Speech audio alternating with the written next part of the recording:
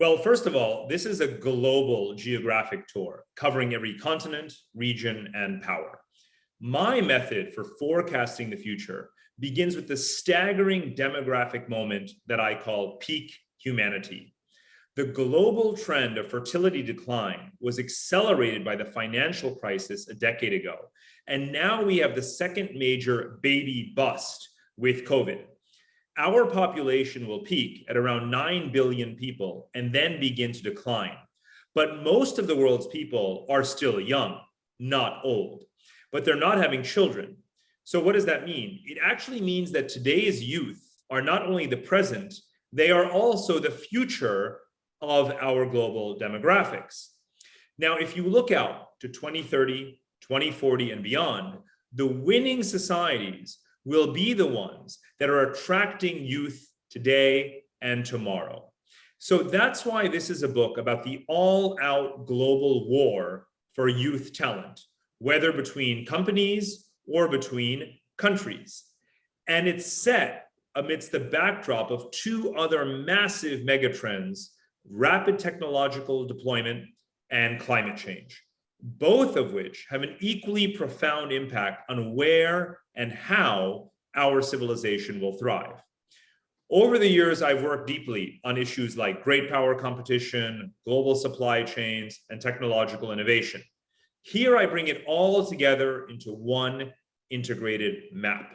And my work, both at FutureMap and with this book, is to prepare governments and companies to understand these unshakable and irreversible disruptions and develop proactive strategies to attract talent, to harness the latest technologies, and to locate their operations in the thriving geographies of the future.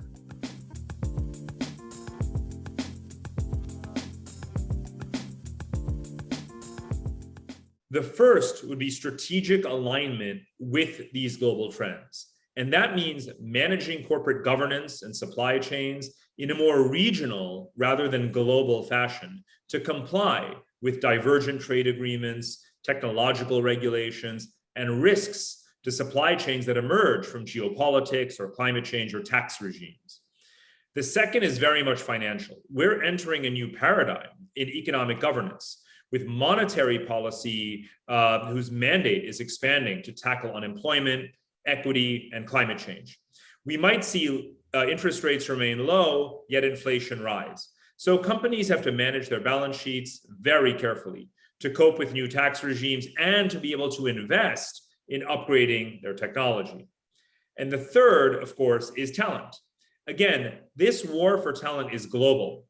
The data and stories that I share in the book reveal how popular countries such as Canada or Australia or the UAE have become, and other non-traditional hubs that are becoming the next centers for next-gen employees to go and live in.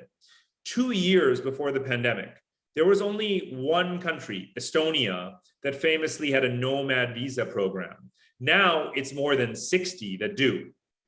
So the war for talent geographically is absolutely global, especially in a remote working world. And it's between a growing number of sectors. It's not just between technology and finance the way it used to be, but all sectors, including government, especially across the services economy. You see companies offering training and skill building incentives to attract young, talented people into engineering or construction and other real economy areas. So all of this suggests a great deal of complexity that lies ahead. And I often find myself serving as a parachuting chief complexity officer or a futurist in residence for companies and governments. But this complexity is an abiding condition. It's not a short-term reality. So firms have to make a vigorous commitment to deciphering it in their own interest.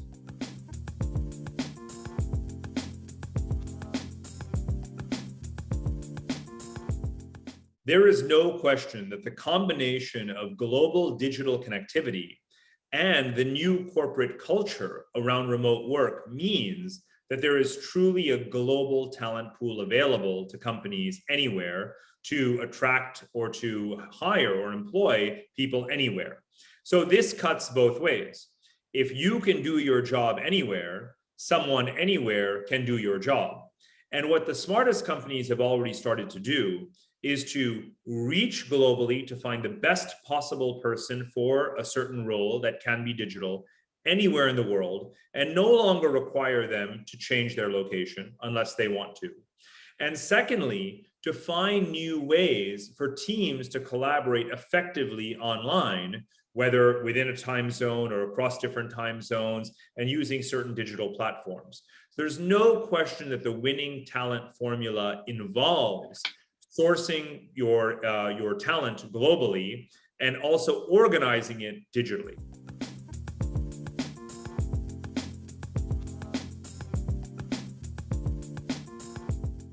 I have no doubt that the post-COVID landscape of traveling and doing keynotes will be different than pre-COVID or during COVID, and it will, of course, be a hybrid of the two.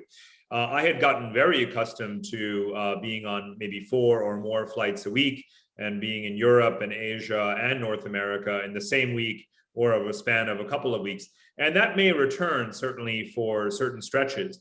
But during COVID, I found the importance of making sure that content is communicated effectively.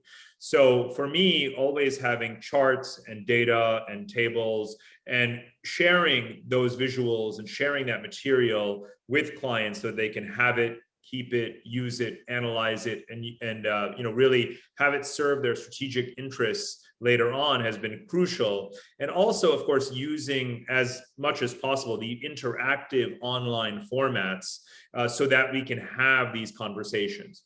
And I think that during COVID, what's been fruitful is that instead of really having to always watch the clock and have a session only be 45 minutes or 1 hour, I have been able to extend discussions, 2 hours, 2.5 hours, and really get into much more detail. And of course, there's less cost associated with that because we've been online. So some combination of the two going forward, I think, is perfectly valid. I'm looking forward to traveling again, but perhaps not traveling as much.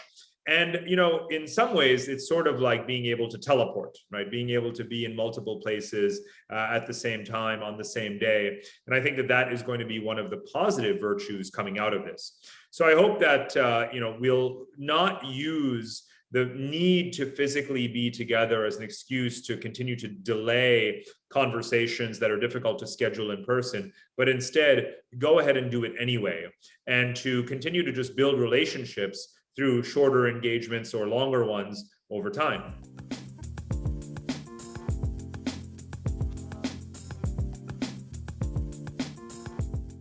I've been on to the next thing for quite a while because this book was ready before COVID, but we have had an opportunity to thoroughly COVIDify it and update it to the new realities. But there are 2 ways in which I'm translating the lessons of my combined research from these books and the extensive client projects that I've been working on into new products. The first is to step up our advisory role to funds that are taking significant positions in high growth Asian companies across the region in the high growth economies. And this is either as buyouts or to get them in position to take them public. The reforms in Asia, from investment regulation and privatization to the fundamentals in these societies around demographics and digitization, paint a very positive picture of the future. And that includes the fact that governments have been quick to manage the COVID situation and bring the economies back on a growth trajectory.